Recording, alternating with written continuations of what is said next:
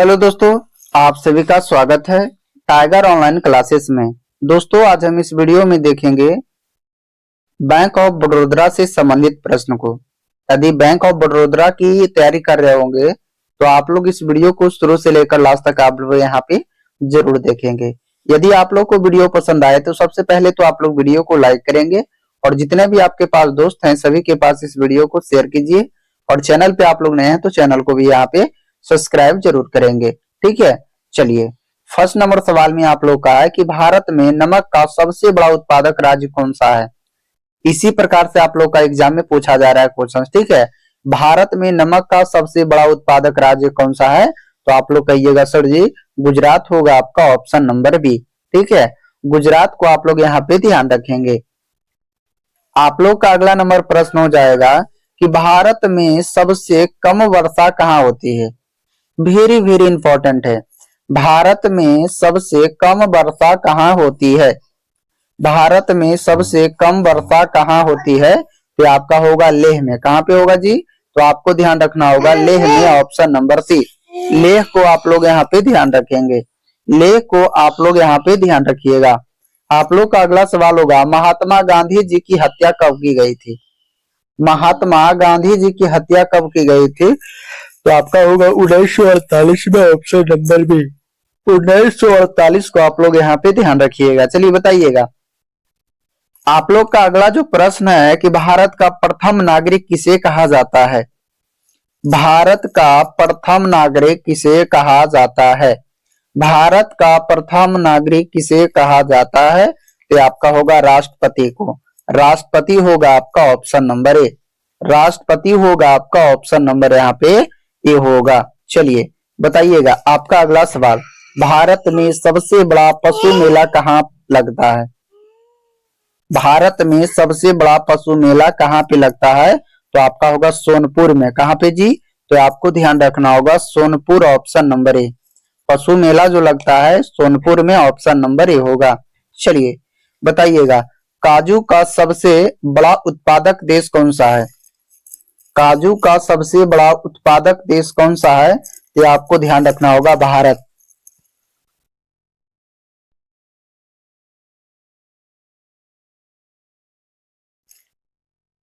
आपका अगला सवाल होगा लगातार 2 बार भारत के राष्ट्रपति कौन बने थे।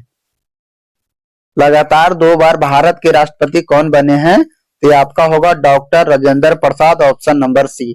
ठीक है, डॉक्टर राजेंद्र प्रसाद को आप लोग यहाँ पे ध्यान रखेंगे। आप लोग का अगला नंबर प्रश्न होगा कि भारत में अंग्रेजी शिक्षा की शुरुआत किसने की थी। भारत में अंग्रेजी शिक्षा की शुरुआत किसने किया था, तो आपका होगा Macaulay. Macaulay, option number A. Macaulay होगा आपका ऑप्शन नंबर यहाँ पे ए हो जाएगा। आप लोग का अगला सवाल होगा भगवान बुद्ध को ज्ञान की प्राप्ति कहाँ हुई थी। भगवान बुद्ध को ज्ञान की प्राप्ति कहाँ हुआ था, तो आपका हो जाएगा बोध गया, ऑप्शन नंबर सी। बोध गया को आप लोग यहाँ पे ध्यान रखिएगा। आपका अगला सवाल होगा राज्यसभा के सदस्यों का कार्यकाल कितना होता है।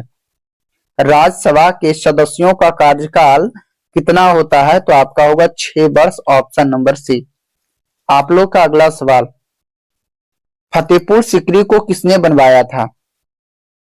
फतेहपुर सीकरी को किसने बनवाया था, तो आपका होगा Akbar, option number B. Akbar को आप लोग यहाँ पे ध्यान रखिएगा। आप लोग का अगला नंबर प्रश्न होगा कि भारत में सबसे ज्यादा कौन सी भाषा बोली जाती है। भारत में सबसे ज्यादा कौन सी भाषा बोली जाती है, तो आपका होगा Hindi, option number A. Hindi को आप लोग यहाँ पे ध्यान रखेंगे, ऑप्शन नंबर ए होगा। आप लोग का अगला सवाल 1969 में किसने बैंकों का राष्ट्रीयकरण हुआ था। 1969 में कितने बैंकों का राष्ट्रीयकरण हुआ था, तो आपका होगा 14 बैंकों का राष्ट्रीयकरण हुआ था, ऑप्शन नंबर बी होगा। ठीक है, बताइए आप लोग भारत का सबसे स्वच्छ शहर कौन सा है। भारत का सबसे स्वच्छ शहर कौन सा है, तो आपका होगा Indore, option number C. Indore को आप लोग यहाँ पे ध्यान रखिएगा। आप लोग का अगला सवाल स्वामी विवेकानंद जी का मूल नाम क्या था।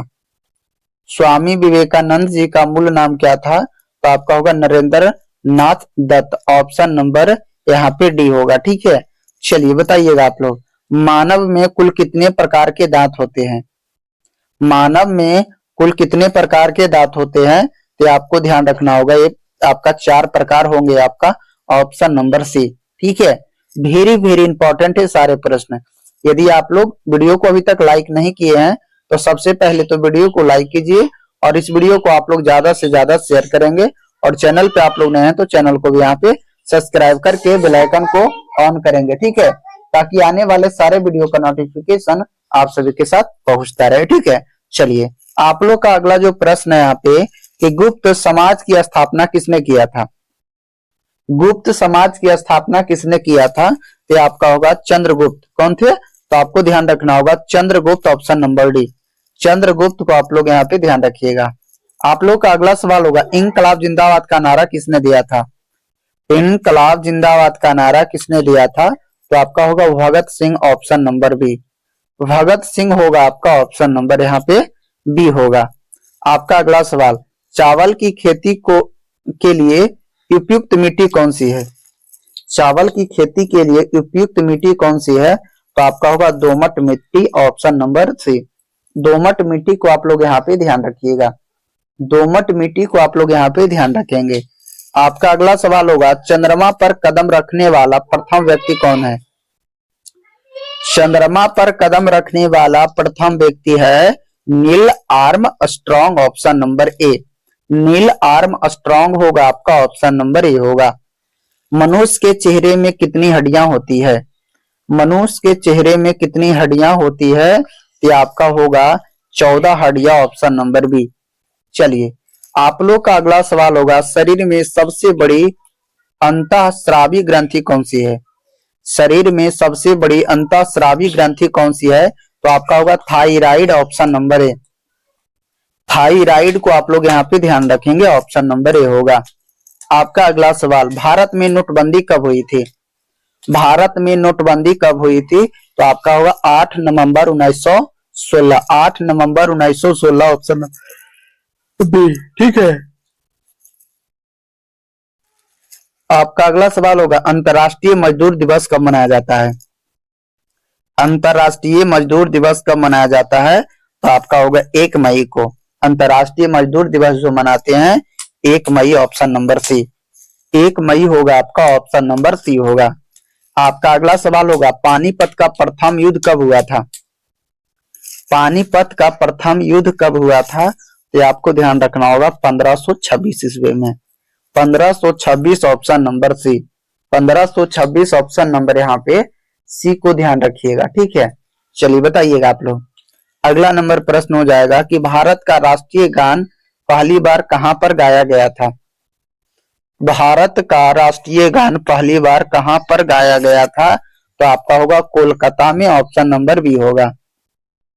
कोलकाता को आप लोग यहाँ पे ध्यान रखेंगे। आप लोग का अगला नंबर प्रश्न हो जाएगा, ध्यान रखिएगा, भारत में राष्ट्रीय ध्वज की लंबाई और चौड़ाई का अनुपात कितना है? तो आपका होगा 3:2। 3:2 को आप लोग यहाँ पे ध्यान रखिएगा।